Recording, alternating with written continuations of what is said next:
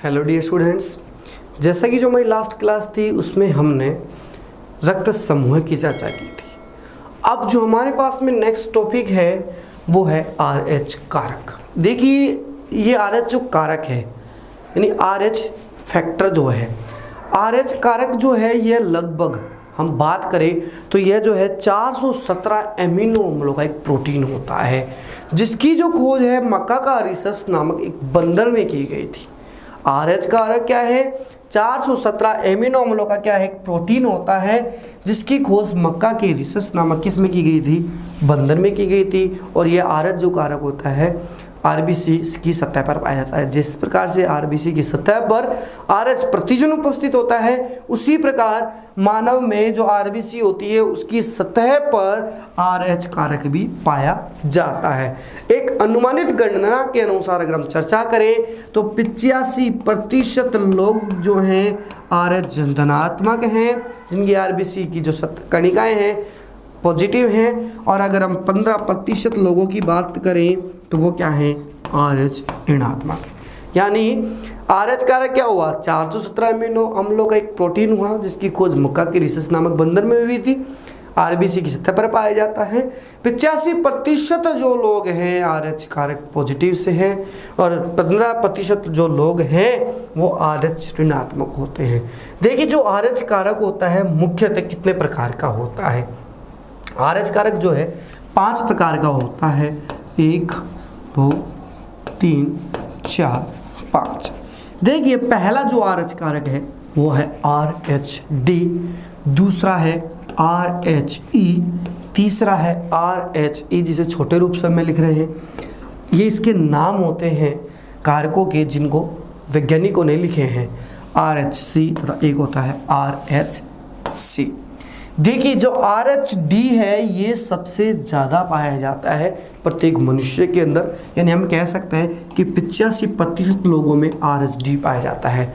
इसीलिए ये सबसे महत्वपूर्ण RH कारक होता है, क्योंकि अगर हम इसकी बात करें कि RH जो D कारक है, RH फैक्टर जो है सर्वाधिक प्रतिरक्षा जनी है, सर्वाधिक प्रतिरक्षा जनी है और लगभग 85% लोगों में यह पाया जाता है। तो प्रश्न है सर्वाधिक प्रतिरक्षा जनिक कारक का नाम बताइए। RHD। क्यों? क्योंकि ये सबसे ज़्यादा लोगों में पाया जाता है, रक्षा करता है बॉडी की RHD। इसके अलावा 30% है RHE, 78% है RHE, 80% RHC, 80% RHC। यानी एक अनुमानित गणना के अनुसार 85% जो है RHD है सबसे ज़्यादा क्या पाया जाता है? लोगों में पाया जाता है। जैसे कि हमने आपको भी बताया कि RHD क्या है? सबसे अधिक महत्वपूर्ण है क्योंकि यह सर्वाधिक प्रतिरक्षा जनी है। रक्तदान के समय न केवल रक्त समूह का ही मिलान किया जाता है बल्कि RH कारक भी मिलान किया जाता है।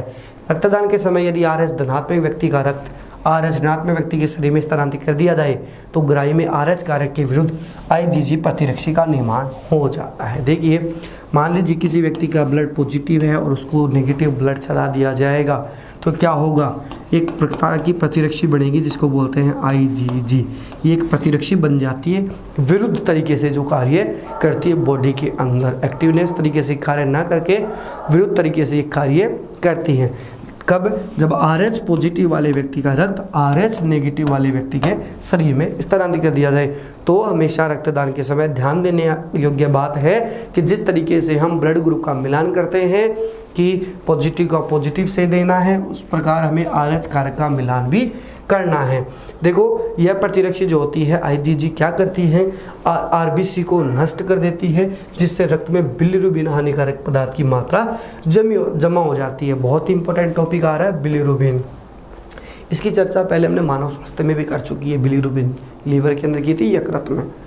देखिए मैंने जस्ट अभी बताया कि जब RH धनात्मक वाले व्यक्ति का रक्त RH नेगेटिव वाले व्यक्ति के शरीर में स्थानांतरित कर दिया जाएगा तो IgG प्रतिरक्षी बनेगी, इम्यूनोग्लोबिन G प्रतिरक्षी बनेगी, जिससे क्या होगा? RBC नष्ट हो जाएंगी और जैसे RBC नष्ट होंगी तो हमारे शरीर के अंतर्गत बिलिरुबिन हानिकारक पदार्थ की क्या होगी? मात्रा जम जाएगी और जैसे बिलिरुबिन हानिकारक पदार्थ की मात्रा जमेगी तो किडनी क्या हो जाएगी? विफल हो जाएगी, नष्ट हो जाएगी, जिससे क्या हो जाएगी? व्यक्ति की मृत्यु हो जाएगी। इसलिए सबसे पहले RH जो कारक है उसका मिलान करना अति आवश्यक होता है। इसको जो हम एक उदाहरण के द्वारा समझते हैं। देखिए, एक रोग है गर्भ रक्ताणु कोरकता। क्या होता है, जैसे हमने भी बात की ना कि RH धनात्मक कारक RH ऋणात्मक के शरीर में स्थानांतरित कर दिया जाए तो IgG प्रतिरक्षी बनती है जो RBC को नष्ट कर देती है। देखिए कैसे होता है। यहाँ पर हम एक गर्भवती महिला की बात कर रहे हैं, प्रेग्नेंट वुमेन की बात कर रहे हैं कि गर्भावस्था के दौरान यदि माँ का रक्त RH ऋणात्मक हो, मान लीजिए ये एक माँ है जो गर्भावस्था के अंतर्गत है। इस गर्भावस्था के अंतर्गत जो माँ है इसका जो रक्त है वो क्या है, RH ऋणात्मक है। और इस माँ के गर्भ में पल रहे शिशु का जो रक्त है वो क्या है, RH धनात्मक है। तो देखिए, जब इस शिशु का जन्म होता है तो माँ में क्या होता है, RH प्रतिरक्षी बनती है। क्या होती है, RH प्रतिरक्षी बनती है। मैं क्या बोल रहा हूँ, ध्यान से समझने की कोशिश करना कि जो गर्भावस्था के दौरान माँ है यदि उसका जो ब्लड है वो तो RH नेगेटिव हो और शिशु का रक्त क्या होता है, RH पॉजिटिव हो, तो गर्भावस्था यानी जन्म अवस्था के समय, प्रसव के समय ये दोनों रक्त क्या होते हैं, आपस में मिल जाते हैं, जिसके कारण से RH प्रतिरक्षी का निर्माण होता है। ध्यान रखना, यदि माता का रक्त RH नेगेटिव और शिशु का रक्त RH पॉजिटिव दोनों आपस में मिल गए तो क्या होगा, RH प्रतिरक्षी का निर्माण होगा।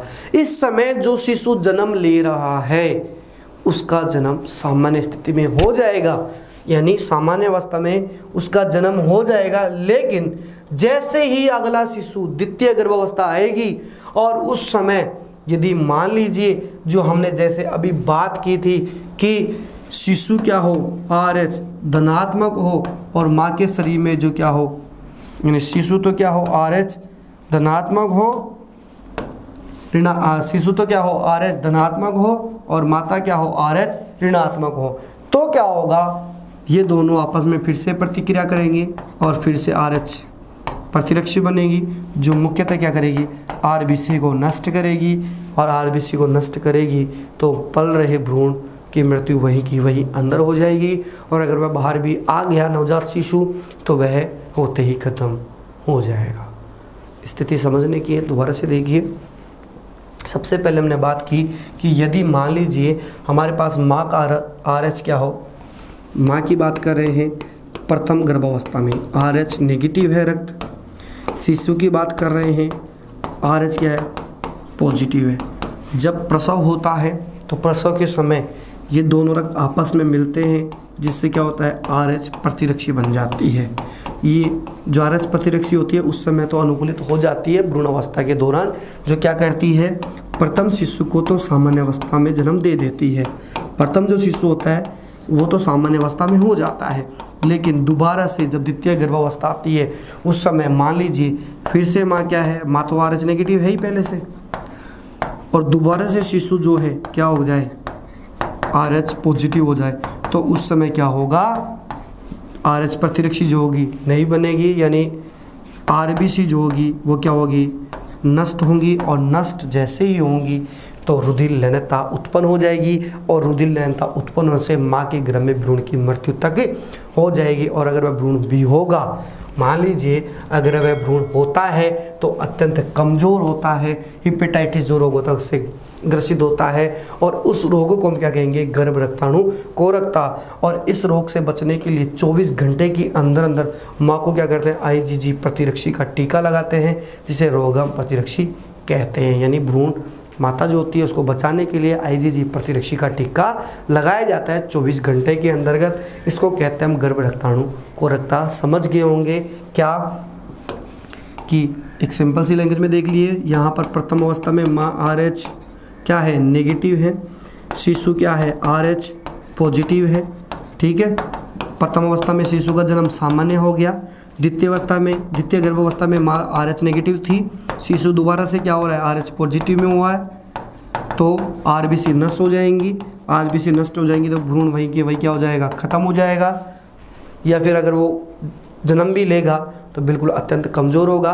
और इस स्थिति से बचने के लिए जो डॉक्टर्स होते हैं 24 घंटे के अंदर अंदर IgG प्रतिरक्षी का टीका लगाते हैं, जिसे रोगम प्रतिरक्षी कहते हैं। और जो ये रोग होता है इसको हम जो कहते हैं वो कहते हैं गर्भ रक्ताणु कोरकता। जो गर्भ रक्ताणु कोरकता होती है इसका प्रमुख कारण है RH बेजोड़ता। RH बेजोड़ता मतलब जो धनात्मक और जो ऋणात्मक रक्त मिला है उसको हम क्या बोल रहे हैं, बेजोड़ता।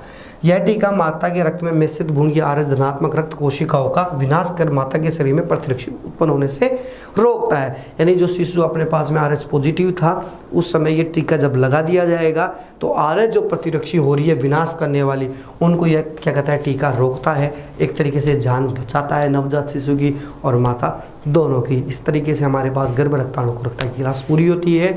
जो हमारे पास में टॉपिक बच रहा है वो रक्तदान, जिसका हम अगली क्लास में करेंगे।